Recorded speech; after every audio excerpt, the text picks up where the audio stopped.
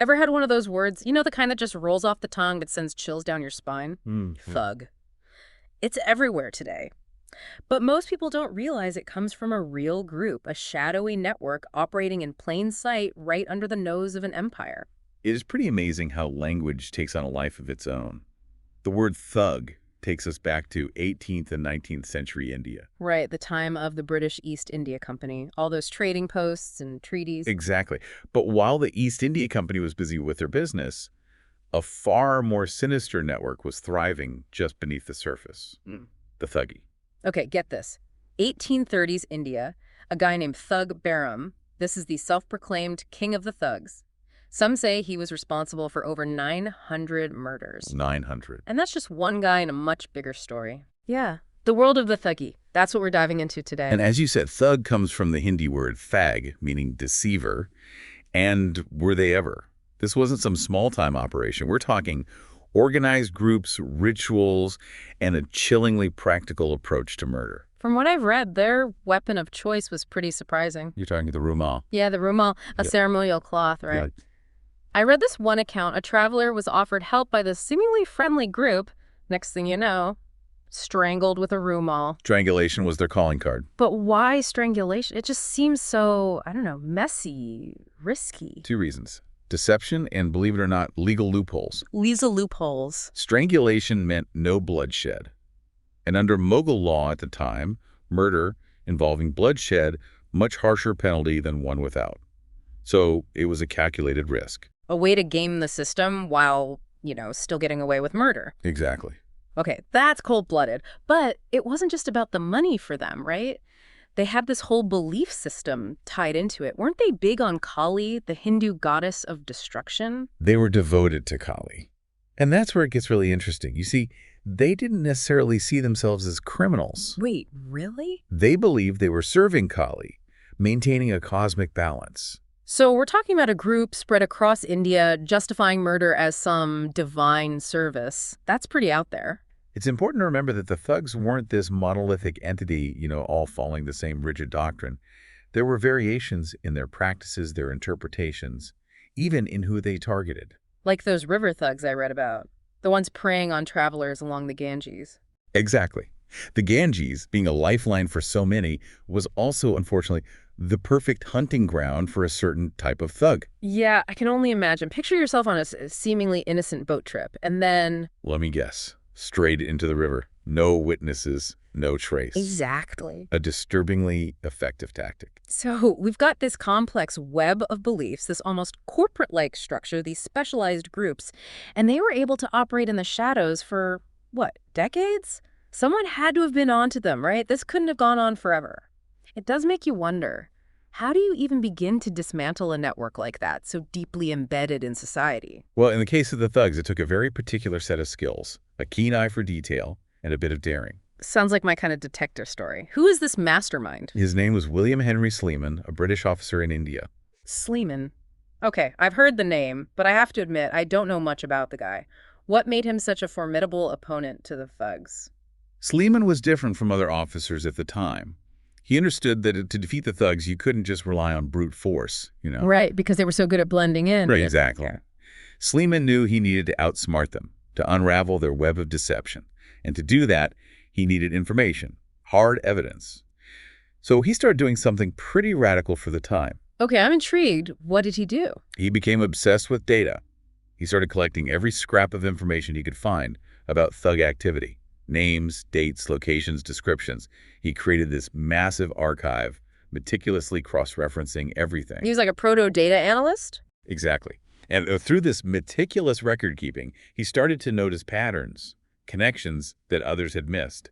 He realized what appeared to be isolated incidents were actually part of a much larger coordinated network. So he was connecting the dots, literally. Precisely. He was building a case against them, piece by piece. But Sleeman also knew that to truly dismantle the Thuggee, he needed more than just data. He needed to get inside their heads. Okay, yeah, infiltrate the group. But how do you even begin to do that? These guys were masters of secrecy. It was risky, no doubt, but Sleeman realized he needed to turn their own people against them. He began cultivating a network of informants, offering leniency, even protection, in exchange for information. Wow, talk about a high-stakes gamble. Did it work? It did. Some of these informants, they were former thugs themselves, high-ranking members even. They revealed the inner workings of the Thuggee, their rituals, their hierarchy, their hiding places. One informant in particular, a man named Feringia, Feringa, wasn't he the one he who... led authorities to mass graves, revealing the true extent of their crimes. It's chilling to think about the stories those bones could tell. Feringia's testimony was instrumental in bringing down some of the Thuggee's most notorious leaders. I've got to hand it to Sleeman. He was playing 3D chess while everyone else was stuck on checkers. But I have to ask, what about the British themselves? Weren't they targets for the thugs? That's where it gets really interesting. Mark Twain, of all people, picked up on a very curious detail in Sleeman's reports. Mark Twain, like the Mark Twain. What does Tom Sawyer have to do with any of this? Well, Twain was fascinated by the thugs. He even wrote about them in his travelogue, Following the Equator. And he noticed this pattern in the victims Sleeman documented. Merchants, priests, entertainers, people from all walks of life, but By not a single British official, right? not one. Twain found this incredibly revealing. He speculated that the thugs, despite their ruthlessness, recognized the danger in targeting the British. Which makes sense when you think about it. The British, even though they were relatively small in number, held a tremendous amount of power in India. Going after them would have been suicide. So even the thugs, with their intricate networks and brutal methods, understood that there were limits to their power. They knew who not to mess with. It's a fascinating insight into the power dynamics at play in India at the time. But as we'll see, even though Sleeman was successful in dismantling the Thuggee, their legacy would continue to cast a long shadow. So they knew not to bite the hand that, well, wasn't feeding them in any way. But what about their beliefs? It's one thing to be a criminal organization, but they were devout in their practices, right? Right, and that's what makes the thugs so fascinating, so disturbing. Their beliefs were deeply rooted in their cultural and religious upbringing. For the Hindu thugs, Kali wasn't just a goddess. She was a primal force, the embodiment of creation and destruction. I'm seeing a pattern here, like with the river thugs adapting to the Ganges. This was their way of adapting their faith to justify their actions. In a way, yes. They believed that by offering these sacrifices, they were maintaining that balance, appeasing Kali's wrath, preventing some greater cosmic chaos. Okay, I get that. A warped sense of balance, but still. But we talked about how not all thugs were Hindu. There were Muslim members too, right? How does that play into this whole Kali worship thing? That's one of the things that makes studying the Thuggee so complex. You have this blending of different religious traditions. So they were adapting not just to their environment, but to the beliefs around them too. Exactly. It's a process called syncretism. The Muslim thugs, while adhering to Islam, might have incorporated Kali into their worldview, maybe as a powerful jinn, maybe a manifestation of Allah's will. It shows how fluid these belief systems could be, especially in a place like India. Makes you realize how dangerous it is to try to, like, oversimplify history, right? Absolutely. The Thuggee, they defy easy categorization. But I think it's essential to remember, no matter how intricate their beliefs, they don't erase the very real harm they inflicted. Right, their belief in Kali didn't make their victims any less dead. Exactly. We have to acknowledge the human cost of their actions. So where does that leave us? What can we learn from the thugs, besides, being careful who you trust on the road? I think the Thuggee reminds us that history is rarely black and white.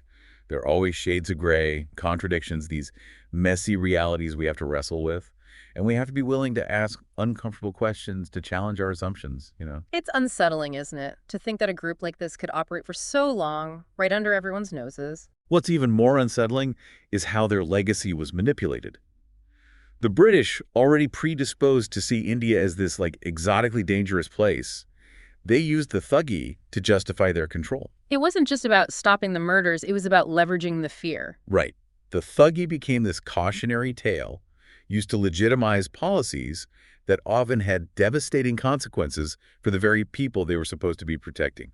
History has a funny way of repeating itself, doesn't it? It does, which is why we have to learn from it, even the darkest chapters. Well, that was quite the journey. I feel like we just walked through a true crime novel, but one with layers of history and philosophy woven in. It's a story that stays with you. It really does.